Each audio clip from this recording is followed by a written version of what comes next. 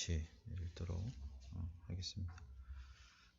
에스라 8장 같이 읽겠습니다. 시작. 아닥사스다 왕이 위에 있을 때에 나와 함께 바벨론에서 올라온 족장들과 그들의 보게가 이러하니라.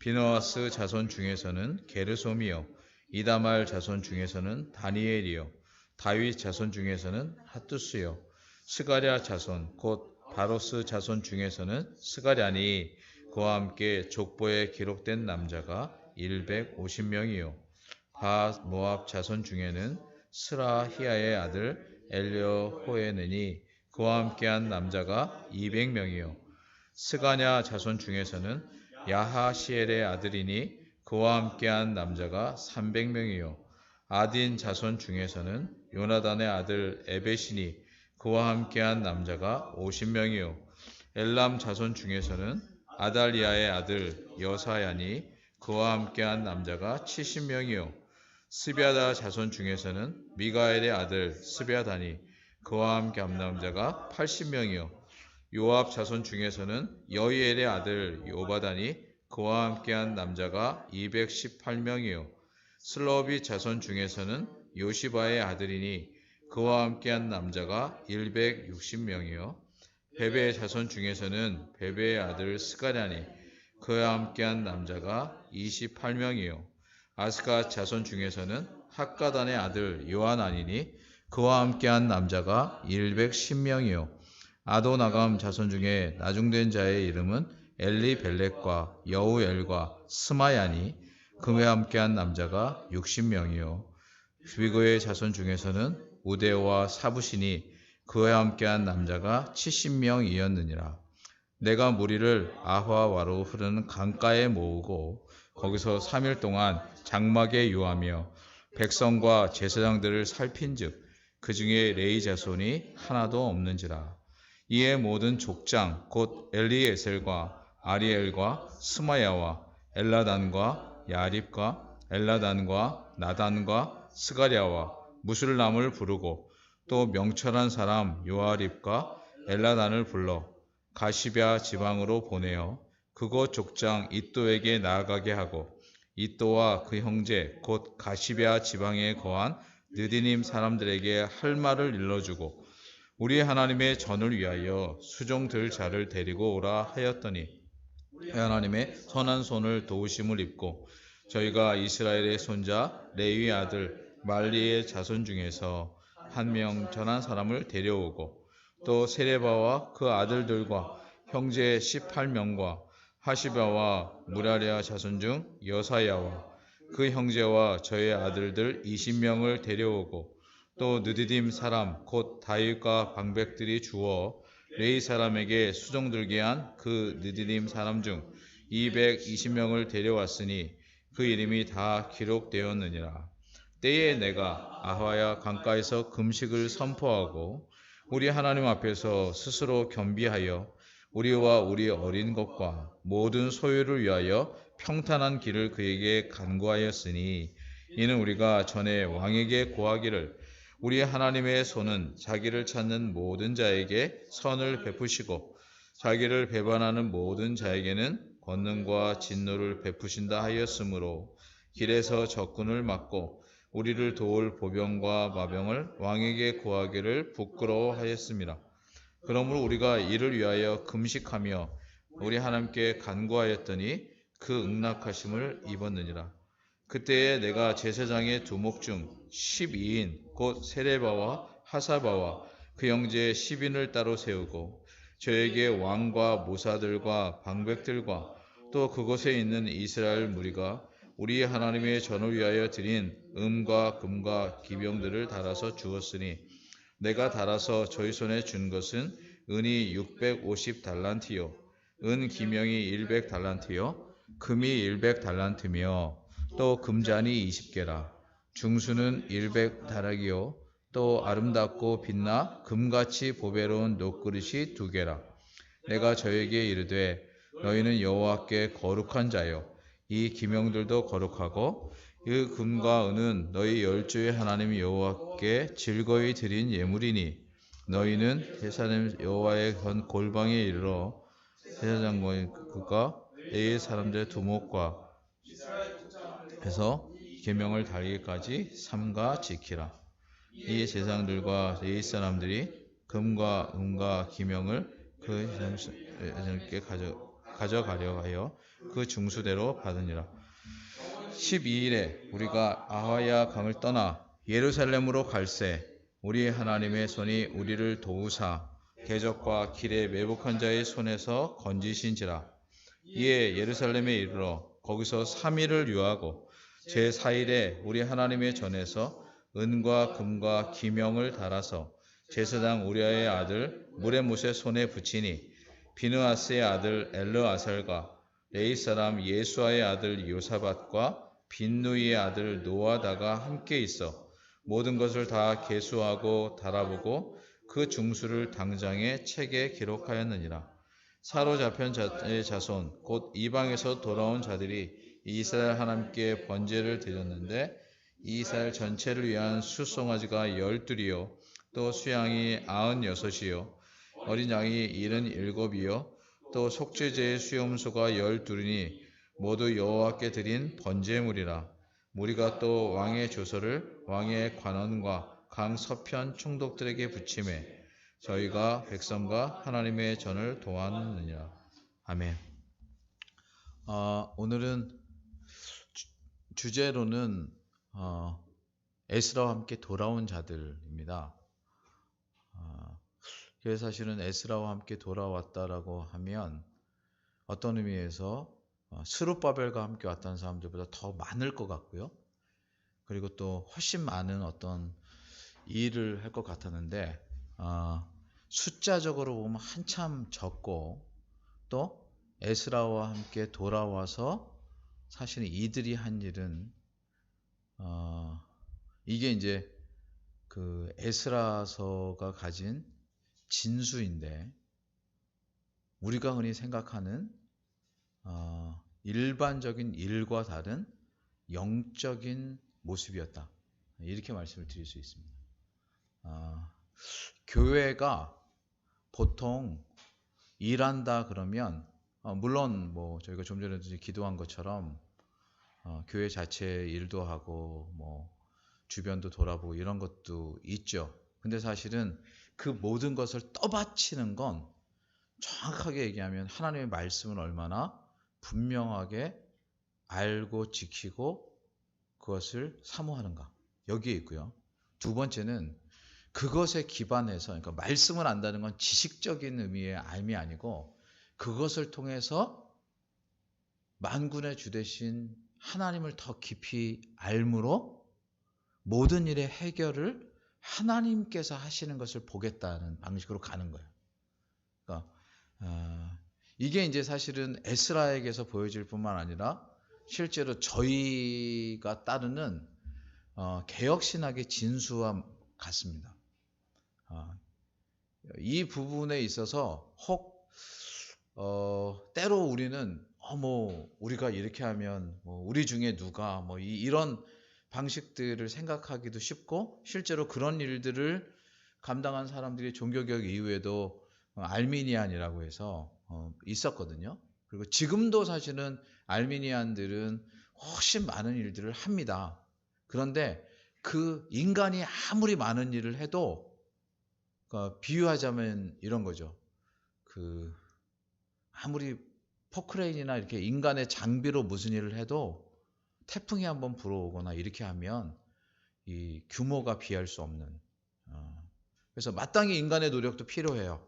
그거를 경히 여기는 게 아니에요. 그래서 사실은 에스라서는 1장부터 6장까지 그 부분에 대해서 충분히 얘기를 했고 또 그런데도 하나님의 도우심을 받죠. 그렇죠? 근데 오늘은 어쩌면 내용이 너무 단순해요. 단순한데 이게 이제 교회가 가진 진정한 능력이 뭔가를 보게 됩니다.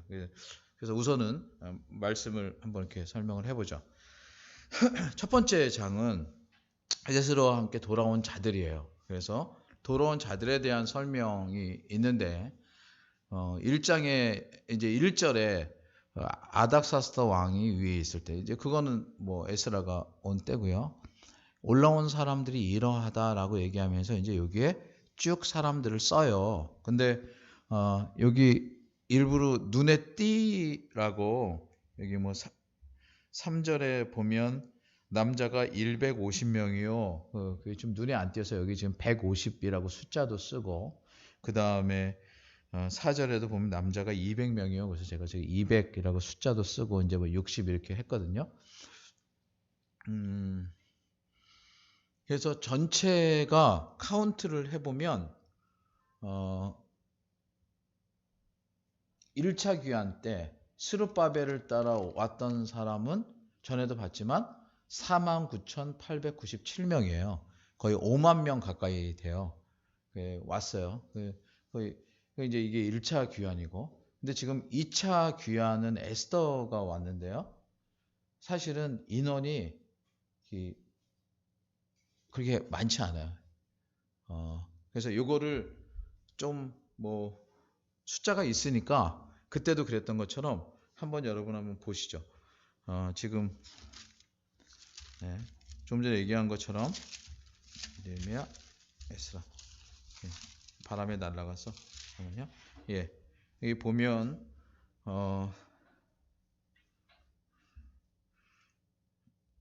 조금 전에 3절에 보면 이렇게 있죠. 족보에 기록된 남자가 150명이요. 이렇게 돼 있거든요. 그래서 여기서부터 150명, 그 다음에 4절에 있는 남자가 200명, 그래서 150, 200, 5절에 300명, 6절에 50명, 7절에 70명, 8절에 80명, 9절에 218명, 10절에 160명, 11절에 28명, 12절에 110명, 그렇죠? 110명, 13절에 60명, 14절에 70명 이렇게 더하면 제가 이거 그러면 1496명이에요. 그리고 실제로 그 앞에 그 비느하스 자손 2절에 보면 비느하스 자손 중에 게르솜, 이다말의 자손 중 다니엘, 다윗의 자손 힉두스 뭐 이래가지고 3명, 4명, 1명 뭐 이렇게 쭉 해가지고 나중에 더하면 전체가 여기 지금 2절부터 요 14절까지에 있는 인원은 1514명이에요. 제가 근데 왜 숫자를 계속 얘기하냐면 실제로 얼마 되지 않아요.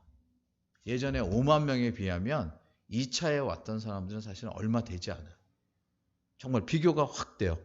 5만 명 대 1,500명. 엄청나죠, 그렇죠? 엄청난 게 적어요. 적고, 또 그 다음에 보면 이제 15절 이하에 이제 얘기를 할 텐데, 여하튼 우선 적어요. 그래서 적은데 뭘 할 수가 있을까? 요게 이제 첫 번째 오늘 8장을 보는 중요한 키워드 하나입니다. 인원이 적어. 그럼 우리가 흔히 생각할 때 인원이 적으면 힘이 없어. 그리고 무력해. 뭘 할 수 있겠어. 이게 이제 흔히 세상적인 생각이거든요. 근데 교회도 그렇게 생각하기 쉬워요. 교회도 크면 뭔가를 할 수 있다. 이게 사람들 생각이거든요. 그래서 대형 교회라는 게 사람들이 그냥 많이 모였다만이 아니라 사람들의 생각이 교회에 투영이 돼서 교회가 커지면 뭔가를 할 수 있다. 이것과 사실 맞물려 있고요. 교회가 적으면 적으니까 우리는 뭘 할 수 없다. 그러니까 할 수 없다는 건 이런 거예요. 그냥 교회 유지하고 예배나 드리고 요 정도 그냥 이렇게 친교하고 이렇게 지내는. 근데 규모가 크니까 대외적인 활동도 많이 하고 이렇게 자선적인 것도 많이 하고 이렇게. 그러니까 사람들은 점점 더 교회를 생각해도 교회는 커야 되고 교회도 힘이 있어야 되고 돈이 있어야 되는데 이렇게 생각하는 게 지금 일반적인 논리거든요. 사고고. 근데 에스라서가 보여주는 건 그렇지 않다는 걸 보여줘요. 인원이 훨씬 적어요. 왜 2차 귀환이면 얼추 비슷하게 왔을 수도 있는데 훨씬 적은 인원이 왔어요. 그런데 지난번에도 몇 차례 말씀드린 것처럼 실제로 에스라서의 주된 포커스는 1장부터 6장까지가 아니고 그건 준비예요. 성전을 짓고 그래서 하나님이 인도하시는 것을 보고, 그래서 오랜 시간이 지난 다음에 에스라가 귀환하고, 지난주 7장에 오늘 8장에 에스라가 귀환해서는 지금 올라온 사람들이 이렇다라고 얘기를 해놓고 이제 두 번째 중요한 일을 합니다. 이게 두 번째 포인트인데 다음에 넘어가 보죠. 네, 15절 한 번만 더 같이 읽을게요. 시작. 내가 무리를 아하와로 흐르는 강가에 모으고 거기서 3일 동안 장막에 유하며 백성과 제사장들을 살핀즉 그 중에 레위 자손이 하나도 없는지라.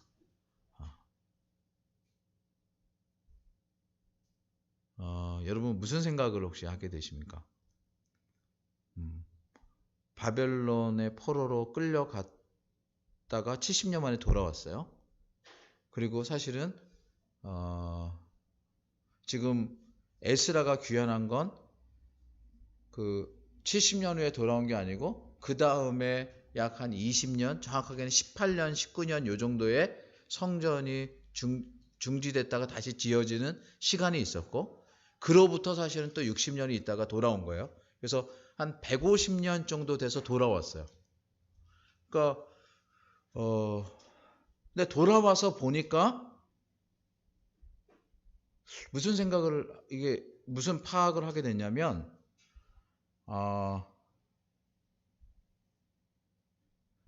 교회 성전은 있는데 그것을 지키고 돌아볼 만한 하나님의 사람들이 없었다는 거예요.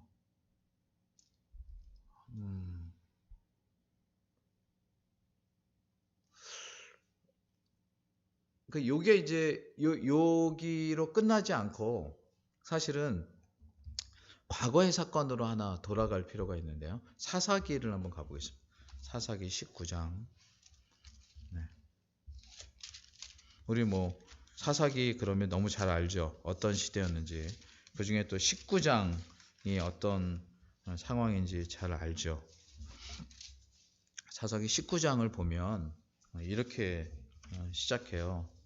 19장 혹시 찾으셨어요? 예, 19장 1절 2절인데 뭐 1절 2절이 거의 뒤 얘기를 다 포괄하고 있으니까 19장 1절 2절 한번 같이 읽겠습니다. 시작.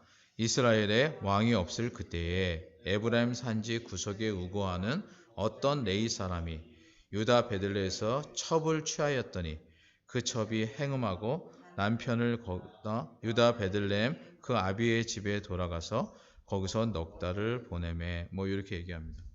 사실은 제가 19장만 읽었는데 여기 지금 레위 사람인데요.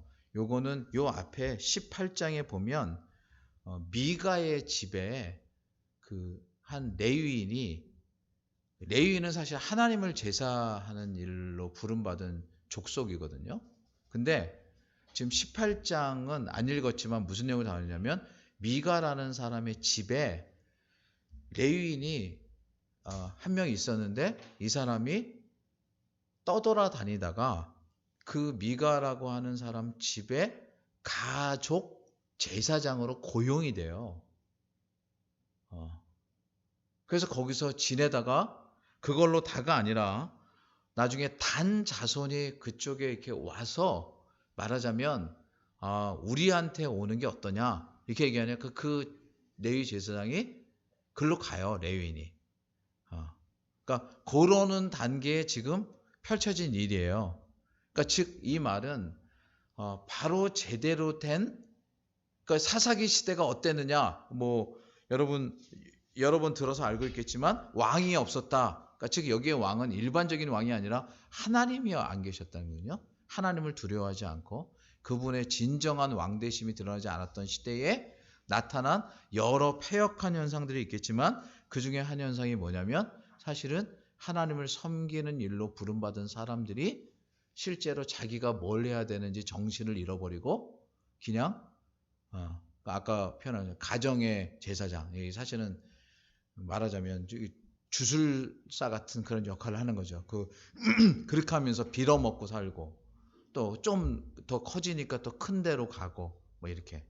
근데 지금 19장을 제가 읽자고 할 때 여기는 또 정당하게 가정을 이루고 바른 삶을 살아가는 게 아니라 첩을 취하여서 지내는데 그 첩은 또 마치 호세아의 고멜처럼 또 방탕해. 그래서 사실 19장에 그 레위인과 첩이 행하다가 만난 정말 지금 이 시대에 들어도 폐역한 것 같은 그런 일들을 담고 있어요. 그렇죠? 그래서 결국 이스라엘 전체가 일어나서 그 기브아 사람들을 베냐민 지파를 다 죽이고 하는 이런 민족적인 문제로 발생이 돼요. 근데 다시 이제 에스라로 돌아오면 지금 레위 자손이 하나도 없다고 할 때 이것은 사실 참 많은 생각을 하게 해요. 당시에 정말 바른 정신적인 가치를 가진 하나님의 사람들이 없었다. 저는 그렇게 생각해요. 그러니 실제로 제사를 드리거나 교회 성전이 있었지만 여러 가지가 집행될 때 바르게 집행되거나 참되게 이루어졌다기보다도 그렇지 않은 모습들이 많았다는 거죠.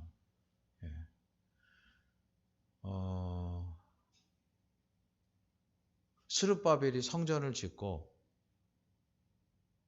그렇게 해서 60년이 지난 다음에 에스라가 돌아왔는데 실제로 보니까 건물은 지어져 있지만 안을 지킬 제대로 정신을 가진 사람, 그리고 그런 환경과 여건이 말해주는 바는 또 뭐냐면 실제로 얼마나 사람들이 하나님 앞에서 바르게 살고 그런 하나님께서 내신 제도들을 지켜가기 위해서 애쓰지 않았던가가 거기 담겨 있는 거예요.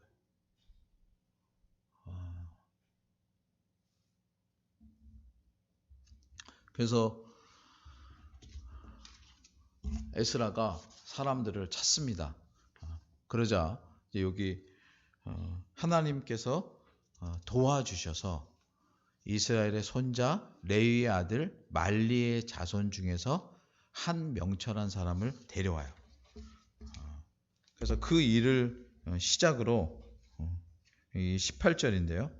그 다음에 또 세레바와 그 아들들과 형제 18명과 19절 20명, 그 다음에 20절에 가면 220명 느비딤 사람. 그래서 느비딤 사람들은 사실은 레위 사람들을 수종드는 사람들인데 220명 이렇게 해가지고 실제로 240명이 정확하게는 258명인데 258명이 와요. 그래서 아까 올라왔던 사람들의 합쳐서 실제로 전체 숫자가 앞에 봤던 것처럼 1754명이 되는 거예요. 이렇게. 이 부분에서 이후에도 결론 때 제가 말씀을 드리겠지만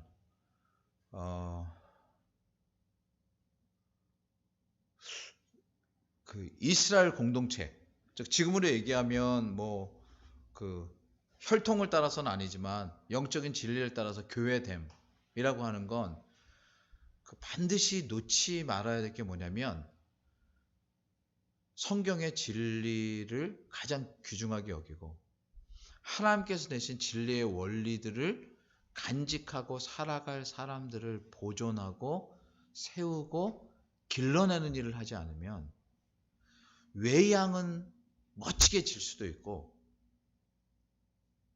요란 뻑적지근하게 뭘 할 수 있어도 그 정신을 이어가기는 어렵다. 요거를 역사적 교훈으로 반드시 기억해야 돼요. 사사기 시대에 그게 있었는데도 그렇게 해서 사실은 지나가자 사실은 그거를 잊은 거죠. 그리고 지금 이제 포로로 끌려갔다 왔고 변환기고 이렇게 하니까 그래서 사실은 에스라가 말하자면 이러는 사람들을 불러 모은 거예요. 제가 이것을 보면서 그 성경 속의 스토리뿐만 아니라 우리나라 전쟁 후에 있었던 한 스토리가 생각이 났어요. 이게 제가 딱 신학교를 졸업할 때 그때 출간이 돼서 제가 그 책을 읽고 사실은 열린교회를 왔어요. 그때 읽었던 그 책 이름이 뭐냐면 거창고등학교 이야기라는 책이에요. 여러분 혹시 뭐 들어보셨는지 모르겠습니다. 거창고등학교라는 것을. 예. 혹시 좀 그 시기에는 여기 안 계셨으니까 강박 전사님 혹시 거창고등학교라고 들어보셨어요? 책 제목이랑 예. 그러셨어요. 예. 십계명 이런 거 들어봤는데. 직업 선택의 십계명. 예. 네, 전체 네네. 그 학교는 원래 있었어요. 원래 있었던 학교인데 거의 폐교처럼 이제 무너지고 있었던 학교거든요. 근데 이제 정영창, 원래는 목사님이에요. 정영창 목사님이라고, 이분이 미국 웨스턴 신학교,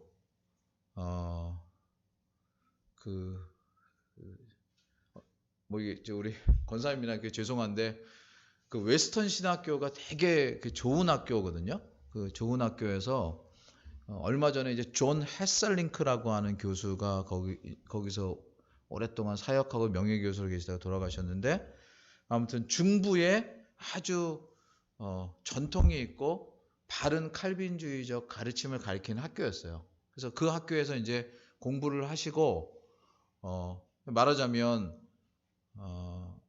이제 뭐 어디든 갈 수 있었겠죠. 근데 그때 그 시골에 있는 학교에서 불렀어요. 그리고 그 학교에서 부를 때 커넥션 중에 하나는 여러분 들어보셨을 성산 장기려 박사라고, 그 한국의 슈바이처라고 부르시는 그 장기려 박사님하고 같이 한국 전쟁 때 전쟁의 시기, 전쟁 후 나라를 회복하는 것, 또 보험 제도 뭐 이런 것들을 이제 감당하는 일에 이렇게 수종을 들었죠. 근데 제가 왜 그 얘기를 드냐면, 이분이 그 학교를 맡으면서 제일 중요하게 하려고 했던 게 뭐냐면요, 좋은 선생님들을 모시려고 했던 거예요. 그러니까 학교는 이제 폐허가 돼서 이제 그나마 막 조금 회복하려고 이렇게 하는 이 시기에 학교의 성패는 선생님에게 있다. 예. 그래서 그 시골에서부터 서울에 올라와서 서울에 대학 나온 분들을 면접하면서 이렇게 시골에 있는 학교인데 혹시 가겠느냐 하더니, 뭐 여러분 이렇게 얘기하면 대부분 아시죠? 거의 대부분 갈 생각이 없는, 뭐 월급도 보장할 수 없고, 그건 이제 학생들에게 제시한 직업 선택의 십계명일 뿐만 아니라 먼저 본을 보인 그분들 역시 마찬가지로 학교가 시골에 있고, 구질구질하고 뭐 이렇게 하나도 갖추어진 것 없고, 뿐만 아니라 월급도 제대로 보장할 수 없고, 그래서 중간에 하다가 그만둔, 뭐 며칠 있다 도망간 선생님도 있다, 뭐 등등 여러 얘기 있어요. 근데 그럼에도 불구하고 제일 중요하게 생각했던 게 정영천 선생님의 그 마음속에 학교는 결국 교사다. 교사가 어떤 생각을 가지고 학교를 감당하고 아이들을 가리키느냐가 결국은 그 학교를 가름한다. 그래서 한참 지난 후에 실제로 그 정영천 선생님의 아들이 김영삼 정부 때는 국가교육혁신위원장 같은 걸 맡았죠. 근데 우리나라 교육은 예전부터 일제시대 때부터 계속 굳어진 이런 상황이 있어서 그 과제를 다 수행하지 못했지만, 그래도 나름대로 뭔가를 던지려고 했던 관료적 자세가 아니라 어떻게 하면 진짜 교육을 세우려고 했던가, 뭐 이런 게 있고요. 제가 요즘에 이메일로 받아보는 한 의사가 이제 이렇게 쓰는 신승건의 독서 일기 뭐 이런 게 있어요. 매주 책을 읽고 거기에 대한 걸 이렇게 보내요. 근데 이 사람이 실제로 그 거창고등학교 출신이에요. 그럼 자기가 거기서 어떻게 공부하고 어떤 사고를 가지게 됐는가. 그래서 의사가 되겠다는 결정도 실제로 흔히 우리가 생각하는 것처럼 그냥 일반적인 의미의 성공하는 의사가 아니고 이 사람은 이제 심장병이 있어가지고 그 정말 사냐 못 사냐 이러는데 자기가 그 수술의 회복을 입으면서 그렇다면 내가 누군가에게 도움을 받은 것처럼 나도 누군가에게 도움이 되는 사람이 돼야 되겠다고 싶어서 실제로 자기의 한계를 넘어서고 거의 이런 걸 넘어선 거죠. 넘어서서 사실 지금 의사가 돼서 또 그 역할을 하려고 하고요.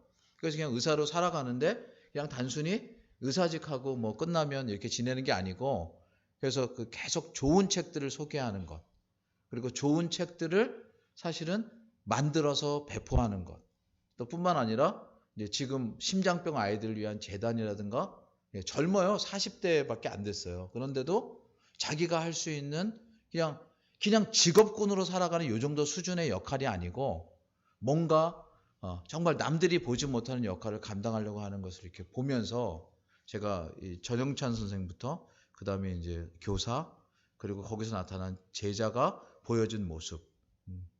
저희 교회도 원래 시작한 분이 최홍성 목사님이라고 거창고등학교를 나온 분이에요. 그래서 거기서 그런 정신을 배워서 물론 아쉬움은 있죠. 총신이 정치적으로 막 그럴 때 이분이 나서서 이렇게 하진 않았어요. 그런데 계속되게 하나님이 어떤 분이신가를 드러내는 일에 자신의 전 삶을 걸었어요.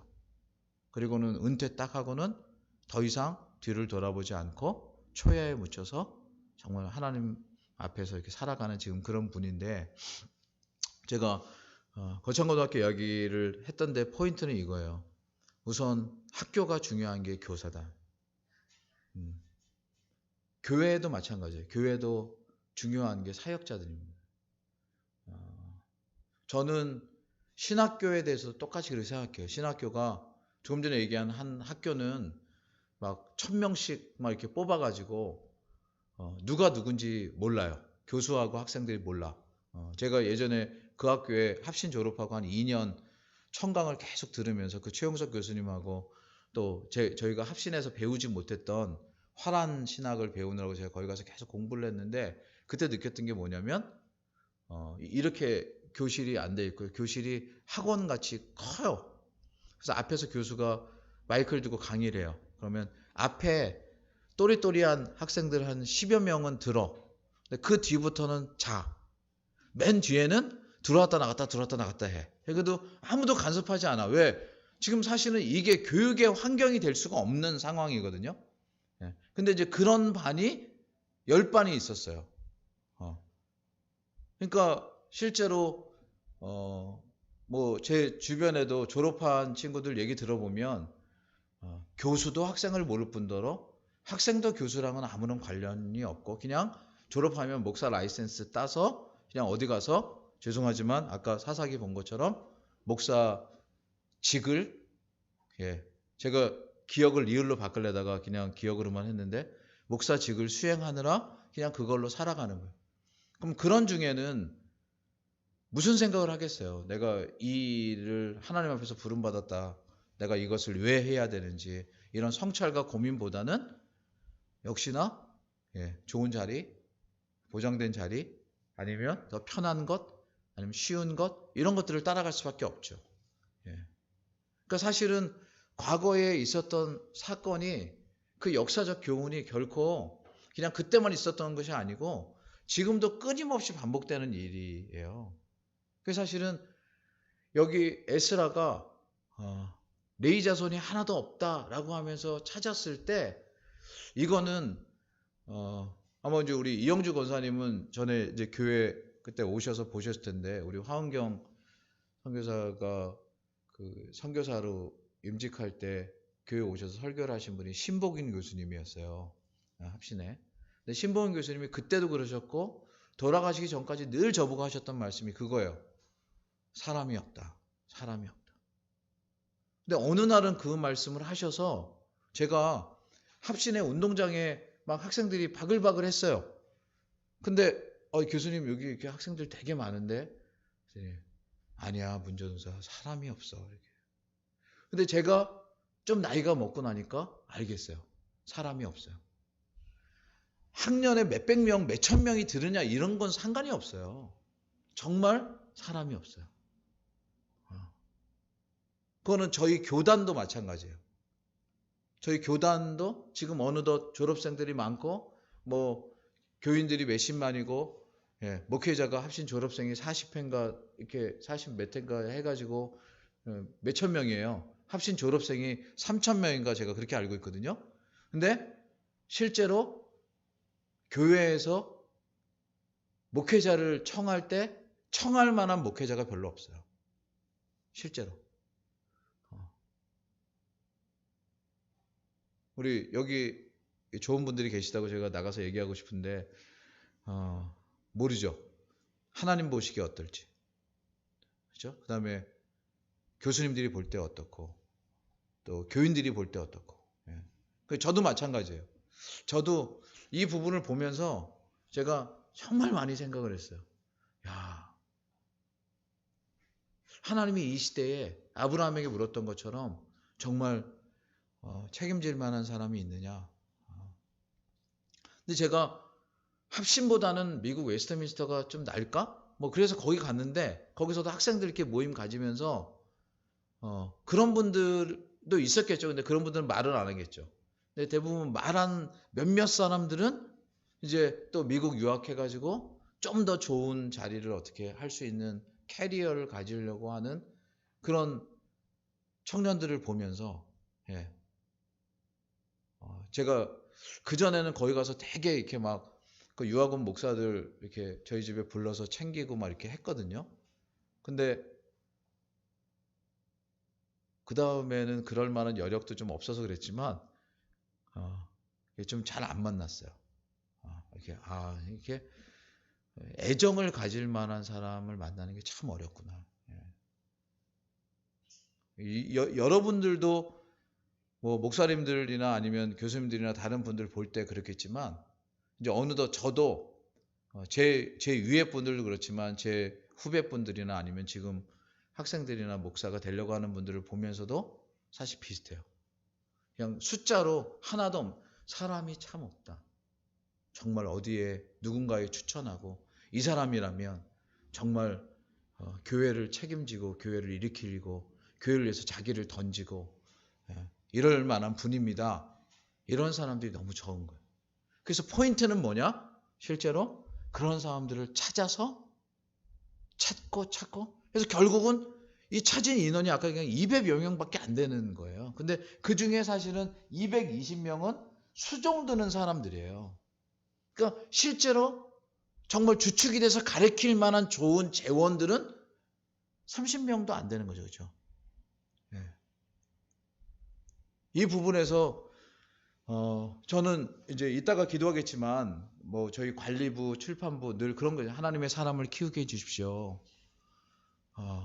어쩌면 지금보다 더 기도해야 될 것 같아요. 하나님 정말 열린 교회가 말로만 조금 대강 대충 이게 아니고 정말 하나님의 사람들을 길러내는 교회가 되게 해 주십시오. 그리고 한편으로는 다소 공격적으로 정말 좋은 사람이 있는데 사실은 좋은 사람이나 우리 그런 말이죠. 보석은 드러나지 않아요. 원석은 찾아서 깎아야 돼요. 그래서 실제로 제가 뭐 온라인으로 보시겠지만 요즘에는 또 이제 모이기 시작하니까 온라인 보는 인원이 좀 많이 줄었다고 장로님 말씀하셔서 많이 안 계시지만 그래도 권사님하고 장로님 계시니까 정말 기도해 주십시오. 하나님의 사람들을 찾고 그 한 사람 제가 합신을 나온 건 제가 합신을 가려고 간 건 아니에요. 제가 군대 제대하고 다녔던 교회는 고신교회인데 그 목사님이 그때 막 신생된 고신에 비하면 생긴 지 얼마 안 되는 10여 년밖에 안 되는 합신을 가라고 했어요. 그 이유가 뭐냐면 합신을 세운 그 박윤선 목사님의 정신이 있다. 그러니까 사실은 그 한 사람, 한국교회 한 사람, 그 사람을 우상으로 여기려고 하지 않지만 어떤 한 사람이 걸어간 그것이 아주 중요하고 그렇게 해서 키워지는 정말 하나님의 사람들이 얼마나 절실한가. 지금 이 시대에도 마찬가지입니다. 자, 그래서 이제 세 번째 포인트 넘어. 그런 사람들을 찾고 기르는 것. 이것을 중요하게 여겼는데요.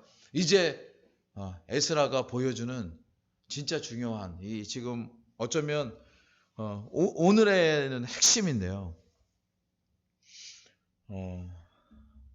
그런 안타까운 영적인 현실을 보고 최선을 다해 사람을 찾는 것과 동시에 에스라가 했던 아주 귀중한 일은 이전과 다른 모습이었어요. 이게 바로 금식을 선포하고 하나님 앞에서 기도하는 일이에요. 제가 지난번에 주일 설교하다가 한번 그 얘기를 했죠. 예전에 고 김관중 장로님이 금식하자고 이렇게 그랬다고. 근데 제가 못 따라한 게 여러분 혹시 들으시면서 어땠는지 모르겠어요. 장로님이 목사한테 우리 교회 금식하죠 이렇게 얘기한 걸 못 따라한 걸 그분 돌아가신 지 10년도 넘었는데 그걸 제가 가슴에 담고 있다는 거 여러분 뭐 어디서 뭐 먹었던 거 뭐 했던 거 이런 거 기억하는 거하고 전혀 다른 수준의 내용이거든요. 저한테 정말 깊이 가슴에 담겨 있는 거예요. 근데 그때 왜 그때 못했냐면 지금 이제 우리 같이 계시니까 정주영 장로님이나 이렇게 청년들 중엔 혼자 사느라고 아침을 못 먹고 오는 사람들이 되게 많았어요. 그러니까 교회 와서 먹는 게 사실 귀중한 밥이야. 그래서 사실은 권사님들이나 저도 그렇고 저는 이제 집에서 먹으면 되지만 실제로 교회에서 점심을 금식하자는 게 말씀의 의미는 되게 귀하면서도 실제로 교회적으로 여러 살펴볼 만한 일들이 많이 있었어요. 그래서 사실은 장로님하고 저하고는 따로 그런 저녁에 금식을 하거나 교회에서 자고 그때는 권사님 기억하시겠지만 앞에 강대상이 있었어요. 그래서 장로님하고 저랑 동대문에 가갖고 침낭을 사서 강대상에서 같이 잤어요. 자고 기도하고. 왜냐하면 제가 영국에서 돌아왔을 때 교회가 너무 어려웠거든요. 예, 진짜 몇 분 안 계셨고 어려웠어요. 그리고 뭐 돌아와서만 곧바로 어려운 게 아니라 어려운 일들이 늘 많았어요. 교회는.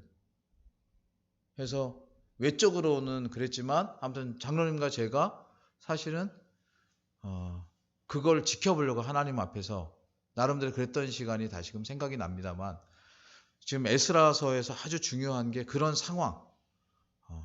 돌아온 인원도 소수고 돌아온 사람들 중에서도 그렇고 전체적으로 봤을 때 하나님의 말씀과 진리를 가리킬 만한 사람들이 적다는 것을 파악하고 에스라가 어떤 다른 방법을 취한 게 아니라 금식을 선포했다는 이것은 정말 여러분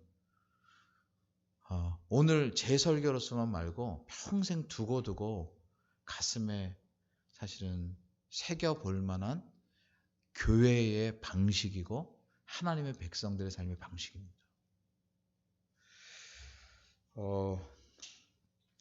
이게 이제 조금 이따 24절로 가면 이제 재물, 바벨론으로부터 온 재물과 관련해서 잠깐 다룰 거라 제가 미리 얘기하면 제가 얼마 전에 재직회에서 이런 얘기를 했어요. 재직회에서 우리 사역자들은 안 계셨으니까 그렇지만 우리가 지난 시간 이렇게 제가 안식년을 하고 지내면서 뭐 그거는 안식년 때문이 아니라 교회가 당연히 저희 교회는 항상 말하자면 진짜 만나를 채워주시는 것을 경험하는 것처럼 재정 원칙을 가졌어요. 돈을 쌓아두지 않는다. 그리고 계속. 근데 작년 가을부터 재정이 부족했어요. 그러니까 실제로 재정을 또 다른 곳에 있던 목적을 가져다가 썼어요. 그래서 제가 그 수고를 알아요. 그 얼마나 힘든 결정을 했고 이렇게 했는지.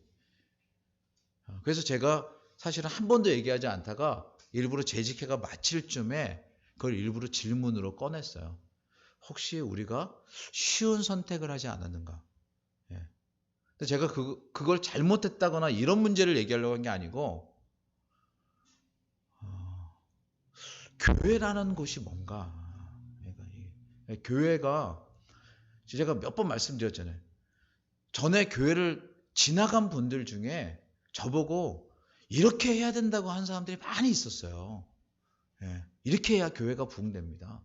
이렇게 해야 뭔가 합니다. 목사님 그렇게 설교하시면 안 되고 이런 사람들이 많이 있었어요. 제가 왜 모르겠어요. 실제로 그건 제가 교회 목사가 되기 전에 교회 막 부임했을 때도 그랬다고 제가 얘기했잖아요. 그때 이제 지금 피아노가 바뀌었는데 예전에 있던 피아노는 피아노가 교회의 증인이었어요. 왜냐하면 그 피아노를 기증한 분이 소아과를 하는 분이어서 남편은 한의사였고 그 분들의 헌금이 교회에 많은 걸 차지했어요. 그래서 이분들이 제가 이제 교회를 맡을 때 이분들이 교회를 떠나게 되면서 교회에 있었던 그때 이제 권사님 한 분이 계셨는데 그 권사님이 그러신 거예요. 손을 들고 저분들을 붙잡아야 됩니다. 왜냐하면 저분들이 우리 교회의 재정을 다 책임지니까. 그래서 제가 그때 신학교를 졸업한 지 얼마 안 돼서 교회는 하나님이 책임지시는데요. 근데 그때 그 권사님이 들려주신 말씀이 지금도 제 마음에 남아 있습니다. 아직 전도사님이 인생을 잘 몰라서 그래요. 맞아요. 인생을 몰라서. 지금도 모르는 것 같아요. 인생을 몰라서. 그래서 하나님이 그분들을 옮기시든 두시든 그건 하나님의 뜻이고 그분들을 통해서 물질을 주시든 안 주시든 그것도 하나님의 뜻이지 그분들이 헌금을 해서 교회가 유지된다는 거 그거는 교회를 잘못 보고 있는 거죠. 실제로 그분들도 떠났고요. 교회를 지탱하던 분들도 떠났어요. 그래서 대부분의 사람들이 했던 말이 그거야. 열린 교회는 이제 없어질 거다. 근데 죄송하게도 그분들의 그런 예언과 기대에 어긋나게 그 이후에 교회가 설립됐고요. 설립된 이후에 22년을 지탱하고 있어요. 그 중간중간에도 수없이 많은 사람들이 실제로 교회가 버티지 못할 거라고 생각했고 그렇게 봤어요. 그런데도 하나님은 당신의 뜻이 있어서 이 교회를 인도하신 거예요. 그러니 교회는 절대로 돈으로 유지되지 않아요. 그래서 사실 제가 그때 재직회와 재직들에게 나누고 싶었던 게 그거예요. 여러분 헌금 더 하십시오. 이런 말을 하고 싶은 게 아니에요. 그거는 너무나 얕은 방식이고 하나님의 교회를 해서 우리가 사실은 돈이 없다면 거기서 두고 하나님의 뜻이 뭔가를 묻는 일들 앞에 사실은 서야 된다는 말이죠. 누가? 재직들이.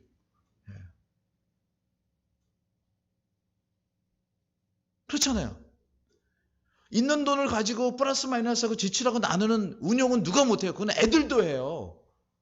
근데 그게 아니라 교회라고 하는 이 곳이 없어요.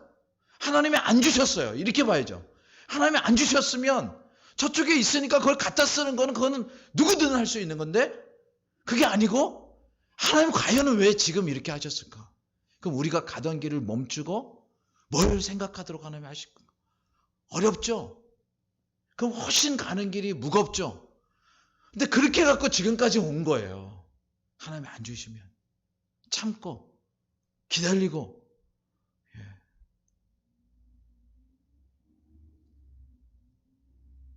지금 사실 에스라가 보여준 아주 귀중한 모습이 단순히 그냥 금식했다 이 정도 수준이 아니고 하나님 앞에서 뭘 하느냐. 사실 이거는 지금 두 가지 말씀과 연관이 되는데요. 이 안에도 지금 똑같이 이런 표현이 있잖아요. 여기 22절에 보면 길에서 적군이 맞고 우리를 도울 보병과 마병을 왕에게 구하기를 부끄러워하였음이라 이런 표현이 있어요. 이게 뭐냐면 누군가 도와줄 걸 찾는 방식은 사실은 부끄럽다. 이런 말이에요. 이거는 여러분 조금만 넘겨보죠. 이게 사실은 이 일이 있기 전에 이사야서에서 하나님께서 말씀하셨던 바예요. 제가 여러 번 설교를 했기 때문에 여러분 귀에 못이 박히게 아실 텐데 이사야서 31장 보면 여기에 이런 표현이 있죠. 31장 제가 좀 읽겠습니다. 1절부터 4절까지 3절까지만 읽을게요.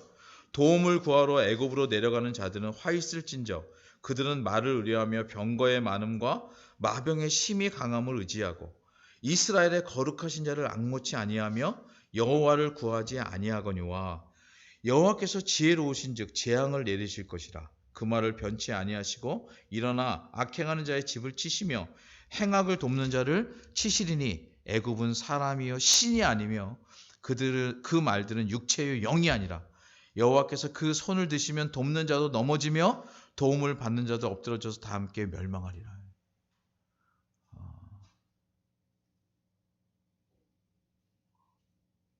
하나님께서 뭘 원하시면서 이 말씀을 하셨는가 하면 사람들 속에 담긴 현실을 의지하고 싶고 힘 있는 사람을 의지하고 싶어 하는 것. 근데 절대로 하나님의 나라는 그것에 의해서 움직여지고 그것에 의해 세워지지 않습니다. 그래서 사실은 지금 에스라가 여기 이전의 방식과 달리 정말 귀한 모습을 보여주는 거예요. 이게 진짜 오늘 본문의 하이라이트예요. 금식함으로. 그러니까 누가 이 생각을 했겠어요? 흔히들 교회가 재정이 부족하면요, 재직들이 돈을 더 내자 이렇게 얘기해요. 그게 제일 쉬운 방법이에요. 모여서. 근데 그렇게 해서 돈을 내면요, 그 다음부터 계속 우리 힘으로 우리 돈으로 교회를 세워가는 방식밖에 안 돼요. 하나님께서 교회의 주인 되시고 채워가신다는 것을 보지 않으면, 그러니까 그런 문제 앞에 직면했을 때, 교회 어려움 앞에 직면했을 때 뭐부터 하냐면, 혹 하나님 우리가 우리 힘으로 살려고 했던 것이 있다면 내려놓게 해주십시오. 그래서 사실은 금식을 지금 에스라가 한 거예요. 근데 이게 동일하게 이사야서에 나와요. 잘 아시죠? 이사야서 58장을 한번 가보시죠. 이사야서 58장에 가면 금식이 뭔가를 이제 얘기하기를, 이사야서 58장 6절부터 같이 한번 읽겠습니다. 6절부터 9절까지인데요. 이사야서 58장 6절부터 9절 같이 읽겠습니다. 시작. 나의 기뻐하는 금식은 흉악의 결박을 풀어주며 멍에의 줄을 끌어주며 압제 당하는 자를 자유케 하며 모든 멍에를 꺾는 것이 아니겠느냐. 또 줄인 자에게 내 식물을 나눠주며 유리하는 빈민을 내 집에 들이며 벗은 자를 보면 입히며 또 내 교육을 피하여 스스로 숨지 아니한 것이 아니겠느냐. 그리하면 내 빛이 아침같이 비칠 것이며 내 치료가 급속할 것이며 내 의가 내 앞에 행하고 여호와의 영광이 내 뒤에 호위하리니 내가 부를 때에 나 여호와가 응답하겠고 내가 부르짖을 때에는 말하기를 내가 여기 있다 하리라. 아멘. 사실은 제가 그 재직회에서 무슨 얘기를 하고 싶었냐면요, 기존에 돈이 있던 걸 우리 스스로 부족한 걸 채우는 데 썼다면 지금 이렇게 어려울 때 우리를 향해서 쓰던 것보다 더 많은 것들을 다른 사람들을 돌아보는데 써야 되지 않겠습니까? 얘기하고 싶었어요. 근데 거기까지 못 가는 거예요. 이건 제가 교회에서만 아니라 우리 집에서나 애들하고 같이 얘기할 때도 늘 느껴요. 아니 이건 어디 다른 데 가서도, 심지어 아까 죄송하지만 정말 에스라가 그렇게 찾고 하나님이 그렇게 찾던 그런 사람들이 아니고 실제로 그냥 목사라는 이름을 가지고 있지만 그냥 직업이 목사인 사람들하고 같이 있을 때마다 느끼는 거예요. 그냥 직업이 목사예요. 그러니까 공적인 돈이 있으면 그냥 쉽게 사용해. 그리고 자기의 희생이나 자기가 정말 금식하는, 그러니까 내 살을 떼어내는 것에는 이르지 못해. 그러니까 자기 주변에 자기와 같은 인간들은 많이 만들어낼 수 있어도 중요하게 하나님의 사람, 하나님의 도우시는 일들은 보지 못해. 근데 여러분, 이걸 지금 우리 중에 뭐 누가 낫고 누가 덜 낫고 이런 걸 제가 나누려고 하는 게 아니고, 교회와 하나님의 백성들이 가진 진정한 능력이라는 건요, 바로 세상이 볼 수 없는 이런 것을 보는 거예요. 그러니까 아니 왜 지금 뜬금없이 여기서 금식해 이렇게 얘기하면 사실은 이건 전혀 다른 하나님의 세계를 보는, 그래서 에스라를 귀하다고 하는 거예요. 우리가 지금 8장까지 오면서 계속 살피죠. 에스라가 1장부터 6장까지는 등장도 하지 않아. 그렇잖아요.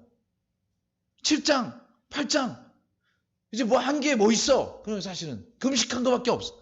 근데 여기서의 금식이라는 게 어마어마한 일이에요. 그러니까 사실은 그리스도가 십자가에 달리신 일을 이렇게 엿본 그 인간으로서는 그건 이제 하나님이시기 때문에 십자가에 달리신 하나님의 구원 계획이니까 정말 인간은 따라갈 수 없는 거지만 하나님의 백성들이 하나님의 일에 참여하는 그 복됨, 그것을 엿보고 알아가는 거죠. 세상과 똑같은 게 아니고 세상과 전혀 다른 방식으로. 그게 뭐예요? 하나님의 일하심을 위해 우리를 비워놓고 하나님의 일하심을 보는.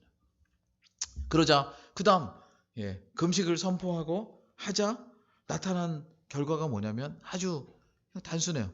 하나님의 응낙하심을 입었다. 이렇게 나옵니다. 하나님의 응낙하심을. 23절이죠. 우리가 이를 위하여 금식하며 우리 하나님께 간구하였더니 그 응낙하심을 입었느니라. 제가 뭐 요 얘기만 드리고 이제 말씀을 정리하겠습니다만 주일마다 몇 차례 말씀을 드렸죠, 그렇죠? 꿈 꾸는 게 죄입니까? 제가 이렇게 말씀드리고 지금도 똑같은 심정입니다. 하나님의 사람들을 길러내는 일이 뭘까? 전에 우리 강박 전사님 저보고 물으셨어요. 제가 이제 미국 가기 전에 우리 아카데미는 언제 시작하나요?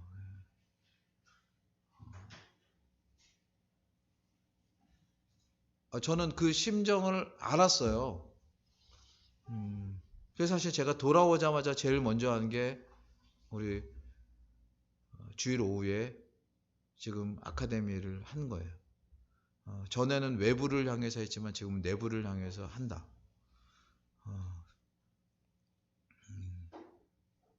그리고 뭐 그 일에 사실 교육부에게 또 교육부원들에게 제가 도움을 요청하기를 이분들이 강의를 준비할 만한 준비 비용을 줬으면 좋겠다. 일반적으로 보통 어디 가면 한 거에 대한 수고비는 주지만 그것을 준비하도록 하는 일은 잘 안 하거든요. 그런 게 필요하다. 그리고 앞으로도 마찬가지죠. 내년에 우리 강막 전사님하고 제가 감당할 거 미리 계획 짜고 그래서 말씀드리잖아요. 매일 할 게 너무 많아요. 내년에 할 것도 많고 강의는 몇 명이 들을지 모르겠어요. 그런데 하는 거예요. 또 하고 또 하고 주님이 사용해 주시면 또 넓혀서도 하고 현실에 그냥 따라서 살아갈 수도 있죠. 그래서 돈 조금씩 모아가지고 땅도 사고 건물도 짓고 그래서 저도 뭐 언젠가 은퇴할 텐데 은퇴할 때쯤 되면 흔히 생각하는 것처럼 이렇게 안정적으로 좋게 은퇴해서 그냥 지내고 근데 그러기에는 하나님께서 부르신 부르심과 목사와 교회로 세워져 가는 이것이 좀 다른 의미가 있지 않은가 더 귀한 가치가 있지 않은가 말씀 맺겠습니다.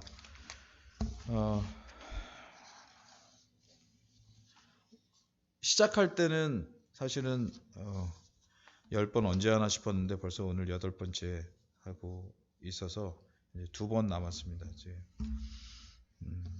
돌아와서 거기서도 사실은 처음에는 좀 쉬었지만 올 초부터는 거기 제가 사용했던 공간도 비워야 됐고 뭐 재정적인 것도 그렇고 그래서 거기서 사실 올해 잘 이렇게 충분히 그럴 시간이 없었는데 돌아와서도 이렇게 사역을 하느라고 이렇게 충분히 더 넉넉하게 막 이렇게 하지 못해서 좀 안타깝기도 하고 죄송하기도 한 마음이 가득한데 이렇게 설교를 준비하면서 개인적으로 큰 은혜가 있어요.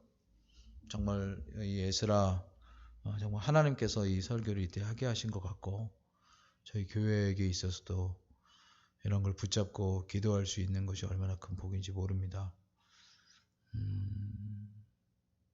그래서 점심은 지금처럼 이제 먹겠죠, 그렇죠? 점심은 또 그렇게 아니면 못 드시는 분들이 있어요. 제가 성함은 말씀 안 드리겠지만 있어요. 주일날 교회 와서 밥 먹는 게 되게 그들에게 중요한 분들이 있어요. 근데 그때 아니어도 밥뿐만 아니라 다른 걸 끊고 정말 하나님 앞에서 우리를 내어놓은 일들을 성도들이 이렇게 감당할 때 오늘 말씀처럼 그의 응락하심을 입었다. 하나님께서 도우시는 은혜를 주실 줄 믿습니다. 그것을 정말 보고 싶습니다. 평생 살면서 다른 건 못 봐도 정말 하나님께서 우리 기도를 들으셔서 하나님의 사람들을 키우는 아카데미 사역과 또 의료복지 사역과 북한 선교의 이 일들을 보는 그 은혜가 있기를 간절히 소망합니다. 여기서 기도하겠습니다.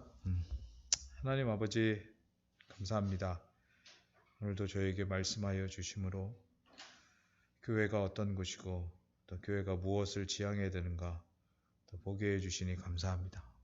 물론 보는 만큼 우리가 다 할 수 없는 것은 솔직한 저희의 고백입니다만 그리고 저희가 그럴 만한 실력과 또 재력도 없음을 고백합니다만 주님 도우셔서 잘하게 하시고 감당하게 하시고 돌아보게 하여 주시옵소서. 그래서 이 땅에 사는 동안 그저 교회 다니고 자식들 잘 키우고 나이 들어서 돈 부족하지 않게 즐겁게 살다가 죽는 그런 일반적인 인생이 아니라 하나님이 부르셔서 이 땅건에 살아가는 인생이 돼 분명 하나님께서 왜 두셨는지 그 뜻을 깨닫고 그 길을 묵묵히 때로는 배를 골고 때로는 오해를 받으며 때로는 아무도 알아주는 사람이 없어도 묵묵히 걷는 은혜가 있게 도와 주옵소서. 저희 교회로 그 은혜 가운데 떠나지 않게 하시기 원하옵고 예수님의 이름으로 기도하옵나이다. 아멘.